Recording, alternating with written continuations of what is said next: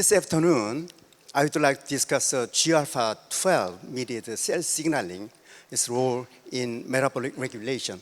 The question that I had for the last 10 years was that whether hepatocyte and surrounding non-parenchymal cell, hepatic stellate cells in normal physiology and also in pathological situation. It was quite interesting that hepatocytes suffer from dysfunction and cell injury, whereas surrounding fibrotic cell, hepatic stellate cells, transdifferentiate and proliferate. So once one type of cell die, the other type of cell will proliferate. So what would be the intriguing pathological circuitry that works in this pathway? We found that GPCR and its coupled signal transducer G-alpha-12 particularly is very important in terms of that target gene expression in association with specifically different type of microRNAs. I want to discuss many different names of microRNAs in my talk. So before I get into the main data, I want to briefly introduce cell surface receptor, GPCRs. GPCRs are very important cell surface receptor that senses different receptor activation through the respective ligands. And all of the GPCRs are evolutionarily developed. And the cell signal activation of the receptors converge or diverge through signaling proteins, which include G-alpha-12.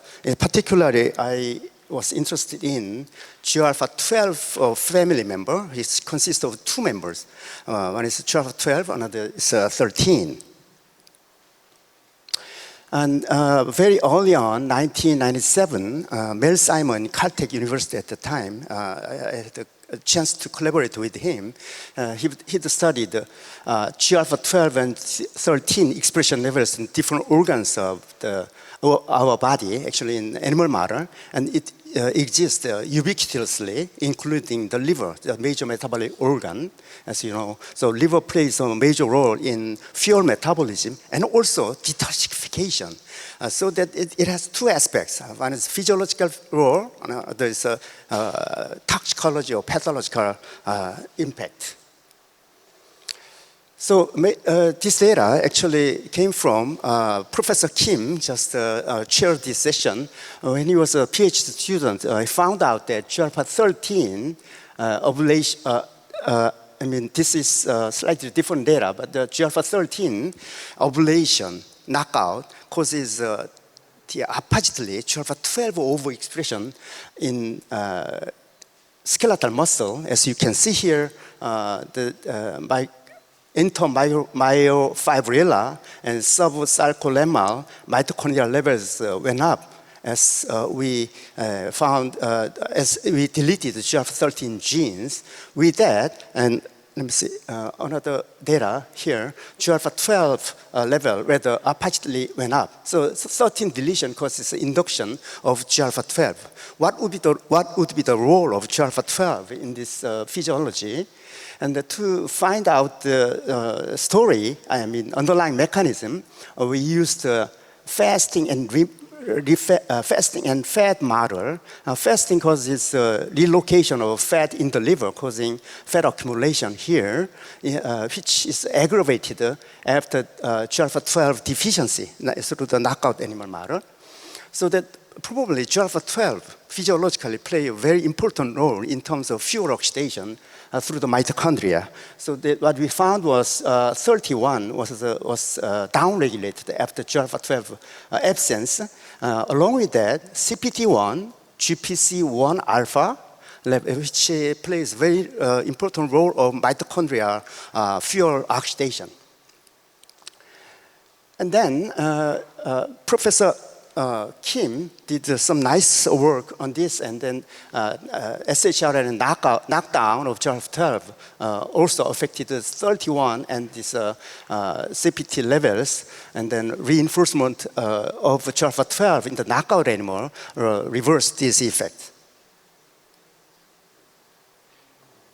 And then SIRT1 overexpression also caused a very nice effect as expected, and which is mediated through the SIRT1 destabilization, so that we pursued what would be the molecule that is involved in this ubiquitination of this pathway, and he found out that USB22 was in parallel with HIF1 alpha along with the SIRT1 activation. So that USB22 is the deubiquitinase, which deubiquitinate of SIRT1 protein, so that SIRT1 level is stabilized, that plays more role on mitochondrial fuel oxidation.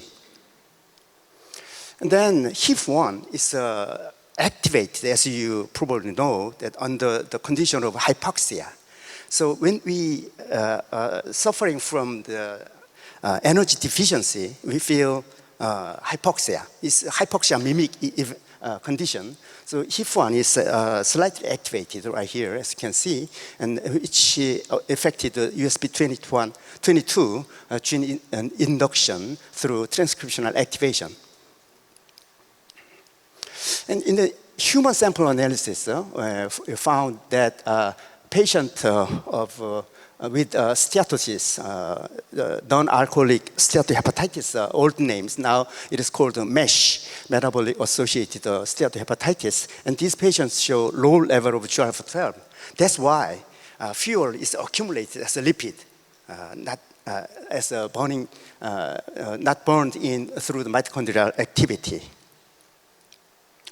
So that knockout animal, after feeding high-fat diet, of course, they gained more weight with the fat accumulation in adipose tissue and in the liver. And what would be the GPCR ligand that is involved in this process?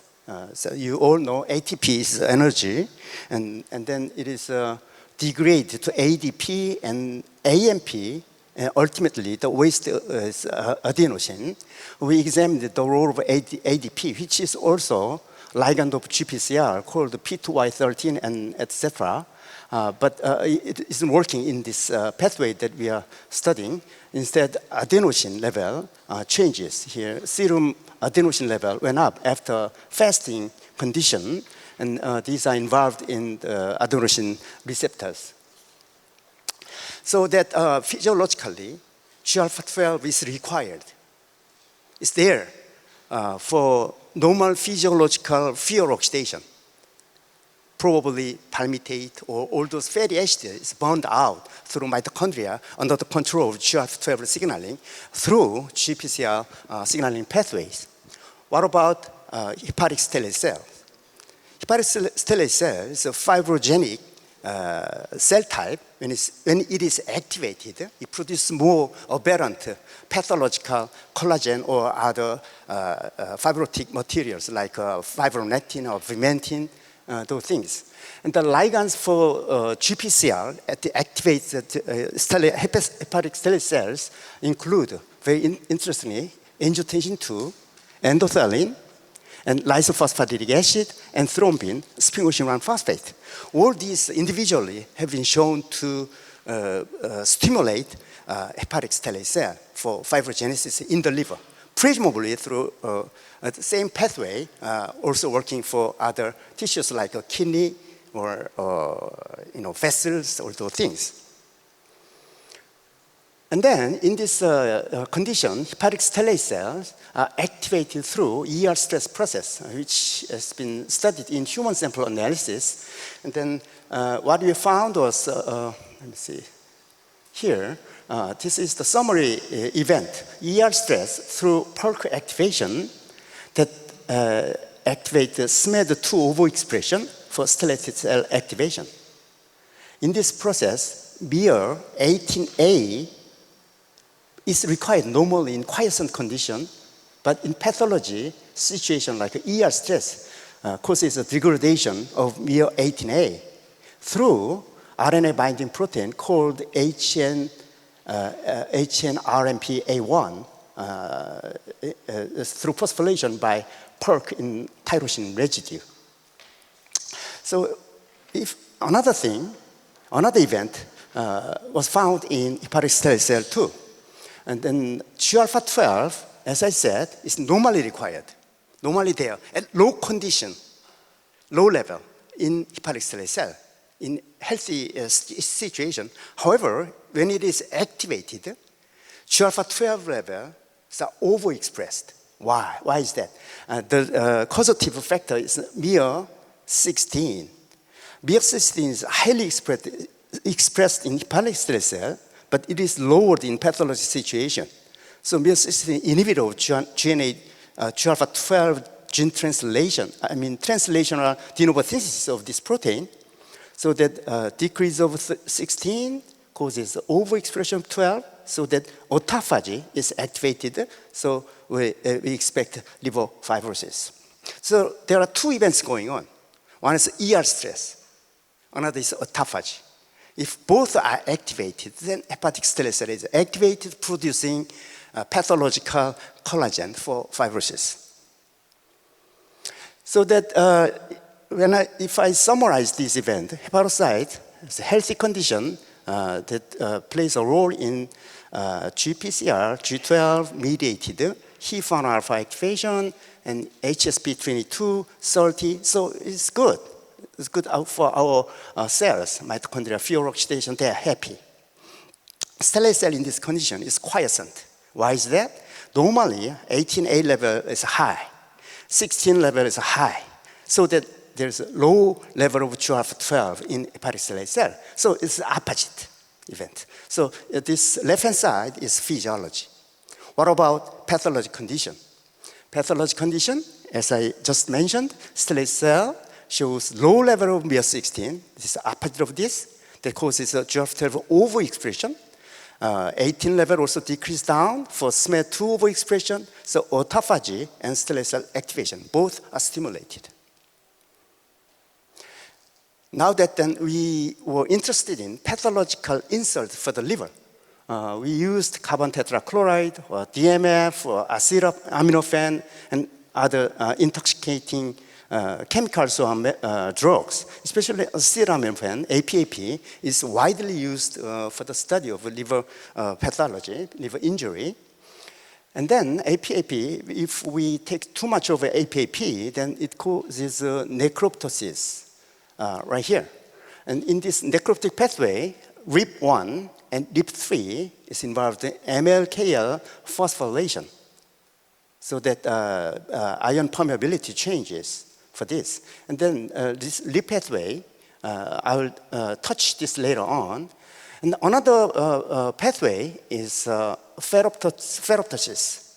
You all know in redox biology, Fenton Faber reaction, which is ion catalyzed overproduction of free radical species, burning out unsaturated fatty acid, producing too much of amplifying the redox stress. And we have the defense system against this, which is GPX4 mediated antioxidant system. So these two pathways causes a very severe injury in the liver and other organs too. So we wondered whether what would be the role of G-alpha-12 in this pathway. And then another question that we had was NRF2. You probably all are interested in the herbal component. The quercetin also activate NRF2. So NRF2 is good for liver injury, that kind of a thing that we studied in cell models and also in animal models. And then briefly, too much of G-alpha-12 overexpression is no good for hepatocyte and also for hepatic stellate cell too. Before I get into the story, I had the chance to collaborate with Luini professor in Italia and published the papers together in the Cell. And then in his paper, what he found was G-alpha-12 is also present in the ER, making cargo complex. So ER produces translated protein. It is exported to different organelles or to outside of cell. And then G-alpha-12 is involved in this cargo assembly and movement from one location to another. So we try to examine whether GRF12 is overexpressed after liver intoxication. APAP overdose caused induction of GRF12 as expected, along with the induction of ER stress marker, adaptive marker GPR7A and other ER stress typical markers. And then when it comes to ER stress, there are 3 canonical pathways well known. Among them, I like IRE1 alpha very importantly, because IRE1 controls XBP1, and then it works as transcription factor of target genes. And then G alpha 12, gene name is GNA12, belongs to this target gene, as we have clarified by knockdown or overexpression experiment, as well as promoter report analysis. So the XBP1, if it is too much expressed, then activated, then we have GRF12 overexpressed. And then we used animal model of GRF12 knockout, and then compared that with the APAP intoxication in wild-type animals.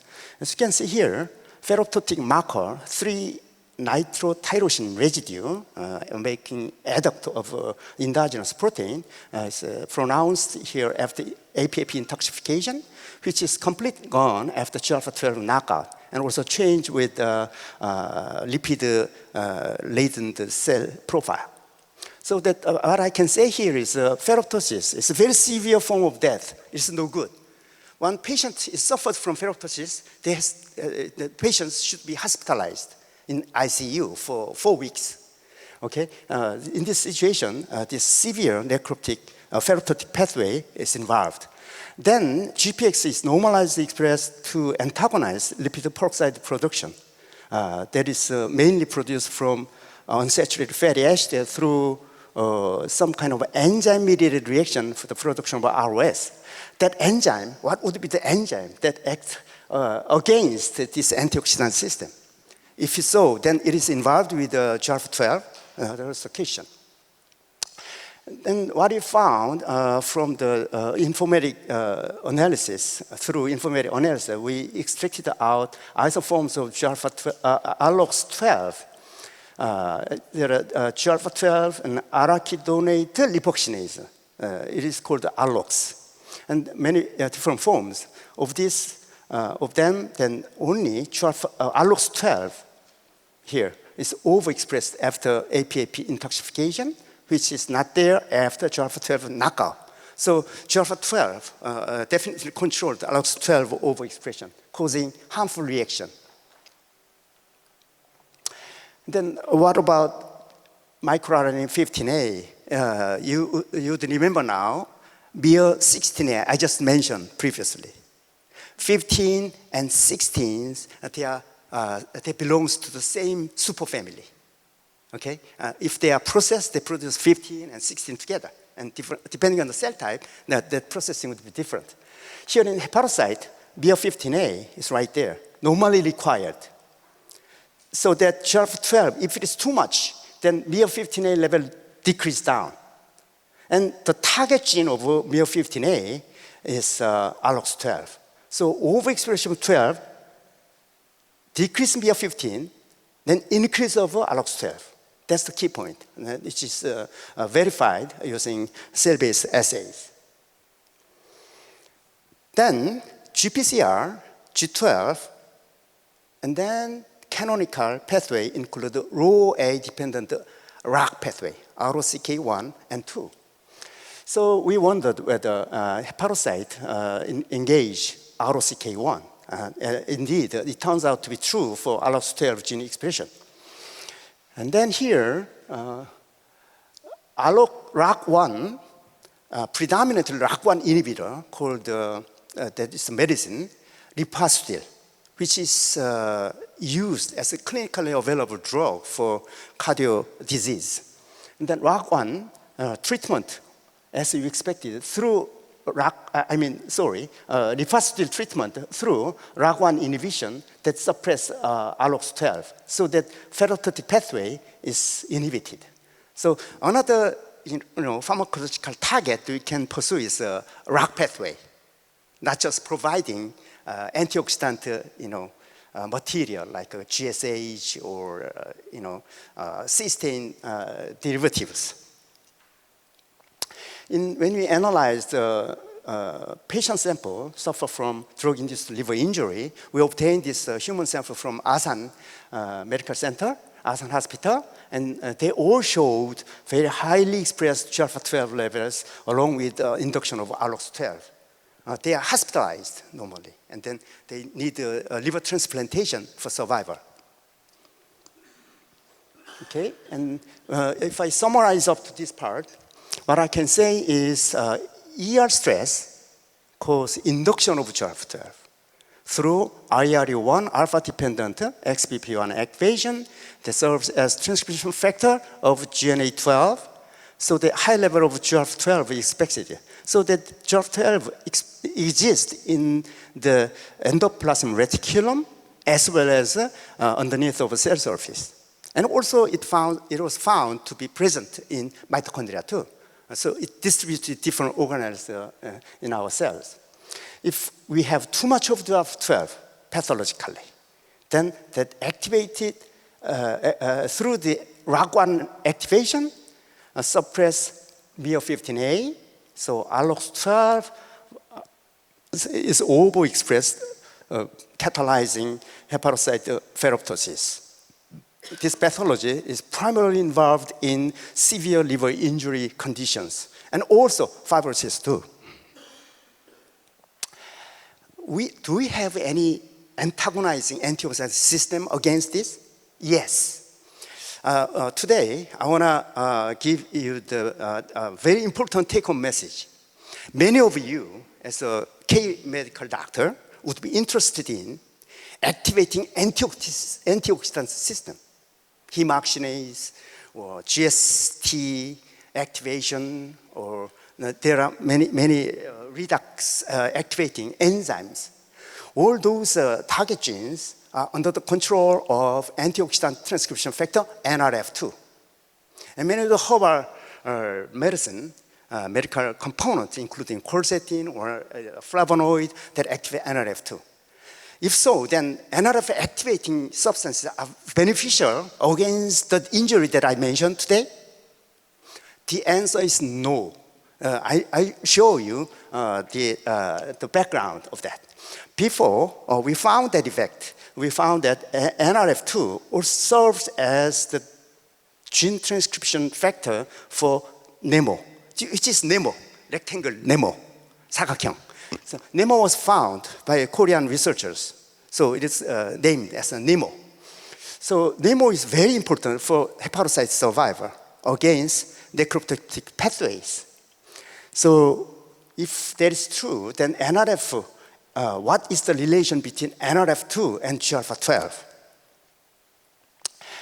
If I briefly summarize this pathway, IKK, alpha, beta, gamma makes complex, so IKK complex. The gamma complex, gamma component is called the NEMO. The gene name is IKBKG.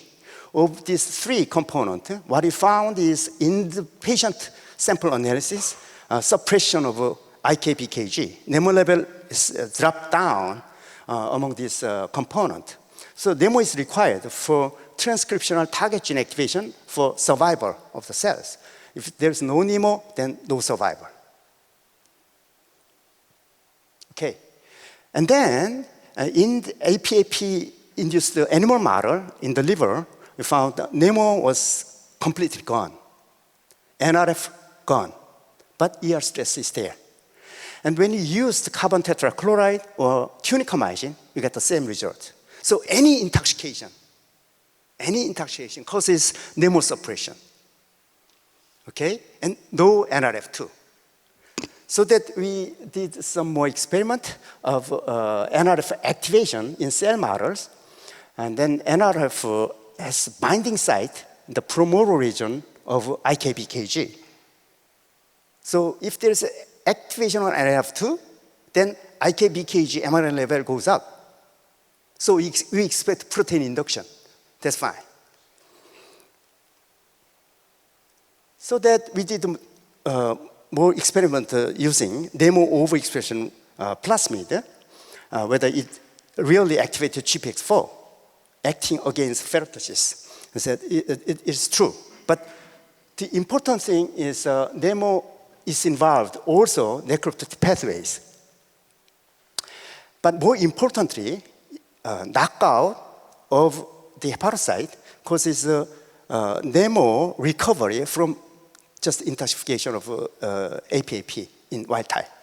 However, if we do enforced expression of GRF12, it is gone. This is quite interesting data. If we have too much of GRF12, NRF effect is completely nullified. Nothing. Why is that? We found that MIR125, bad guy, is overexpressed. And it blocked IKPKG translational de novo synthesis, even though there is a messenger RNA highly expressed by NRF2. If it cannot be de novo synthesized through translation, then nothing. So that's why GRF12 overexpression override the effect of NRF2. So that knockout of GRF12 recovered it, but MIR125, when we added here, then nothing there. The last lane. That's very important clue. Along with that, when we analyze the human liver sample, NEMO gone, GPX gone. That's why they are sick. If I summarize this, NRF2 activation, NEMO activation transcriptionally, but it has to be translated through de novo synthesis. But it can be blocked by MIR125 high expression due to GRF12 overexpression. That's why GRF12 is amplified. Then all the defense system is gone. So I can summarize like this, this part. Only focus this. The rest of them I already explained. XBP1 as part of ER stress signal, GRF12 is activated, MIR15A is lowered, so that ALOX12 activated. Along with that, MIR125 overexpressed, blocking NEMO translation. So there's no antioxidant system. So the ferroptotic pathway is triggered by ALOX12. That causes a severe liver injury, hepatocyte. Along with that, hepatic stellate cells, through the similar mechanism but different circuitry triggers, so that hepatic stellate cells activated, causing fibrosis. I have 2 slides left. It's an ongoing project now we are doing this year and probably next year too. There is another condition that causes liver injury, which is high glucose level, the diabetic situation. Hypoglycemia plus excess fat intake. If we take too much of fat, hypoglycemia, that is a muscle D condition. So ASH model, muscle D model, okay, drinking alcohol together, then it promotes liver injury and also kidney injury too, causing pyroptic pathway and fibrosis. And it also under the control of GRF12, which has been shown right here. Overexpression of GRF12 caused the IRA pathway, caspase-1, IL-1 beta activation. And then kidney is severely injured. Okay? Here, more severe condition by GRF12 overexpression. We reviewed all of these events in the article published in Innovations in Acupuncture and Medicine.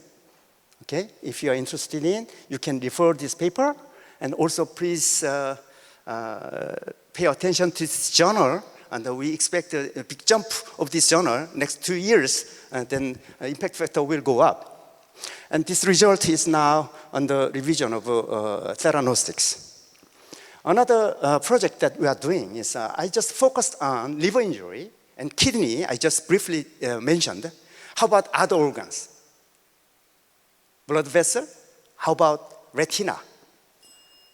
Okay, diabetic retinopathy, eye disease, is a severe problem. Okay, causing edema. Also, age-related macular degeneration called AMD. That also involve GR12. So in the retina and also liver, GR12 overexpression condition causing pyroptotic pathway that affects vision power and also causing fibrosis in the choroidal vessel underneath of retina, which is under ongoing project now. We'll round up this result this year and next year together. Okay, and this has been done. Professor Taeyeon Kim and also Tak, who is now in US, and other lab members, previous lab members. Thank you for your attention.